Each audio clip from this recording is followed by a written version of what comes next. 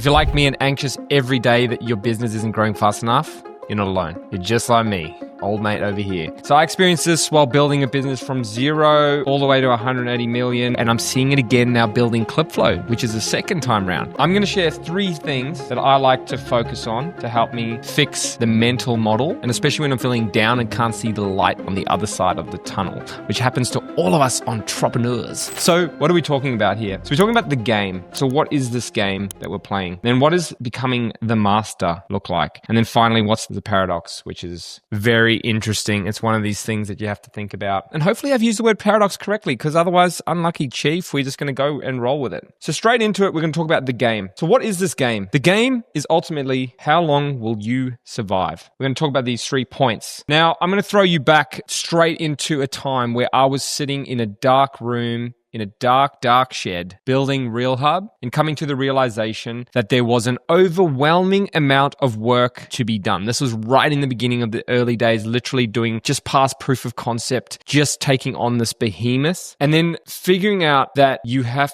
to do a lot of work. My mom used to say to me, like, I used to call them and I'm just like, overwhelmed with this. And then she was like, very weird thing to say, I guess, now that you think about it, but it's like, how do you eat an elephant? And there's lots of other things that people say. It's like, how do you move a mountain? Well, you move it 1 brick at a time. But how do you eat an elephant? 1 bite at a time, right? And that looks like a big mouse. But anyway, you do the thing by just doing and moving a little bit at a time. So understand that you have time and you can do the work, breaking down the work to what you can do today. Otherwise, it gets overwhelming really, really fast. So the game that we are playing is a game of survival. It's Survivor in real life. So we're doing Survivor here. Don't know if you've ever seen that series, but the show on who can live the longest, or survive the longest. So from the outside looking in, it's always looks easy, right? When you look at another industry, at another business, you're like, oh man, that's way easier, right? So it's only until you get into the deep end do you actually really solve the problems. In the beginning, it looks easy and the water's shallow. Then you start seeing all the problems, right? And this is in any industry. We all have problems. Everyone's like, oh, it's so easy to be in tech. Is it? It's really hard. There's hard things. Yes, we can scale fast, but there's a whole bunch of things like getting through noise. Whereas in service business, it's hard to scale team members, but it's easy to sell because you can sell a physical thing. Every industry has its little hidden traps. So that's the game we're playing. And it's impossible to be known straight away. People haven't seen you yet. This is the whole thing of marketing. So even if you spend all your money on advertising, like I use the example, if you spend $1 billion advertising for a week and that's what you could do, you could saturate every channel. I still don't think you would be as known as someone who's been being in public for a very long time. Think years. You're going to remember them. The human brain kind of works like that. If we see something for a short period, yes, we might remember, we're going to forget it. But if you see that person show up over a long time, you're going to remember them. So good things take time. This is such an old cliche.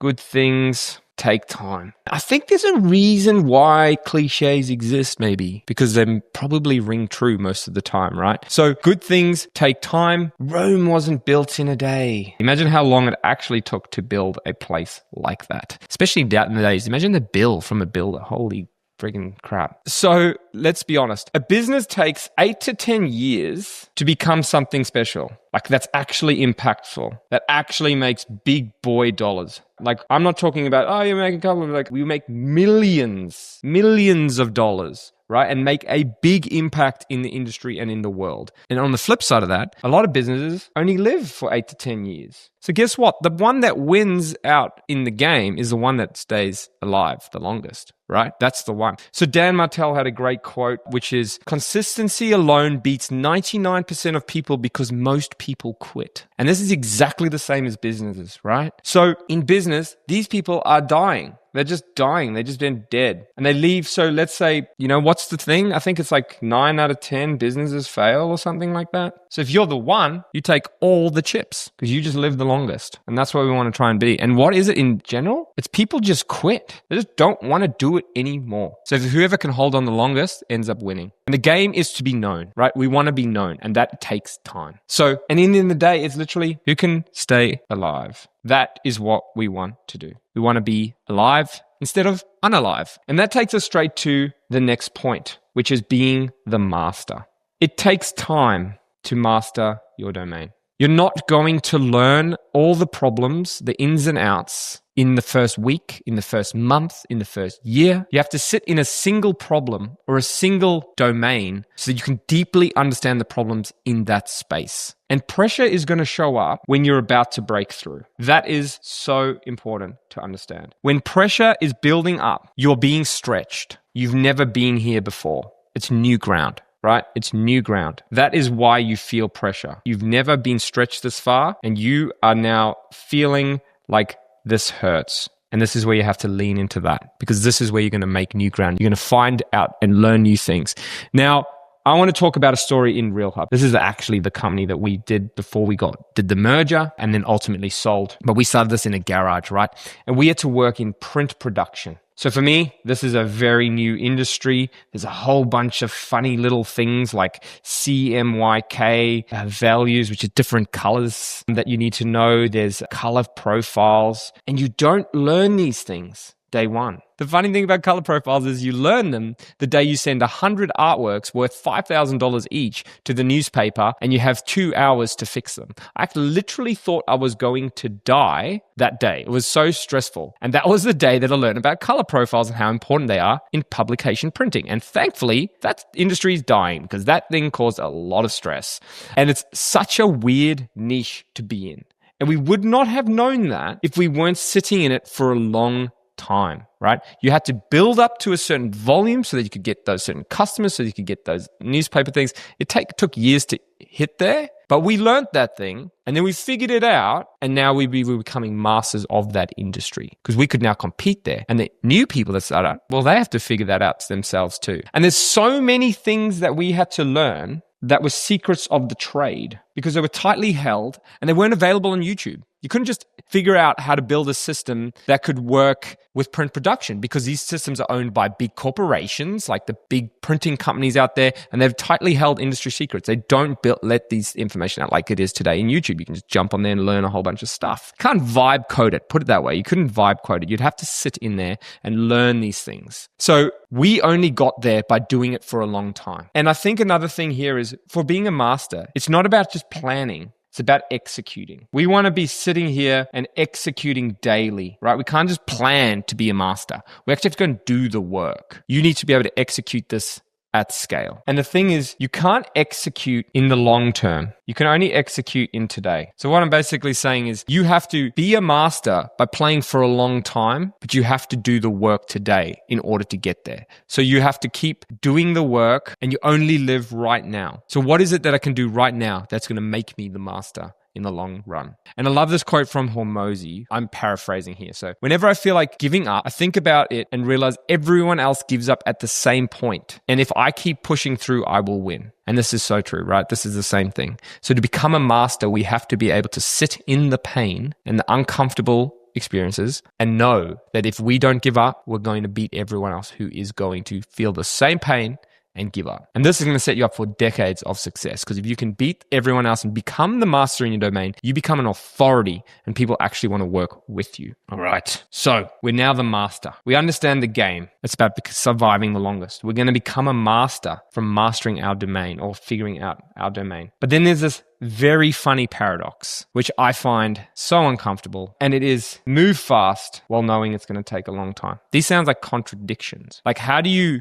move fast with urgency, but then also be patient for the long game? So this is the second time. I'm a second time founder or giving a crack at a big company for the second time. This is the second business that we're building. You know, I built many a business when I was younger, but they were all really just me and they were really never a business with a business model. They were just me building apps and having a great time without actually having a customer. But this time is the second time and I'm feeling the exact thing. So I know about scaling businesses. I know about all the little tips and tricks and all the little things you need to do, but I still need to sit in the pain of building the new business, right? It's a new domain. It's a new domain here for me. And it's the same for anyone building a business. Even if you're experienced, you don't just get to go and pull it all together and just smash it out of the park. It's very, very rare, especially if you're trying to do something without or spending heaps of money. Like obviously you can go and buy a whole team and then just let someone else do it and just execute on your idea. that's cool. But if you're trying to start a proper business that, without injecting heaps of cash, there is only one way, and it's to do it and sit through the pain. So in my feed yesterday, I actually noticed 3 to 4 people posting on the same topic about sitting in the pain and waiting or playing the long game with that anxiety and leveraging that anxiety to do as much as you can today. So it's something you need to be aware of so that you can sit in it and leverage it. And everyone feels this pain and this anxiety. Like you're like, I'm not doing enough. Like I need to do more.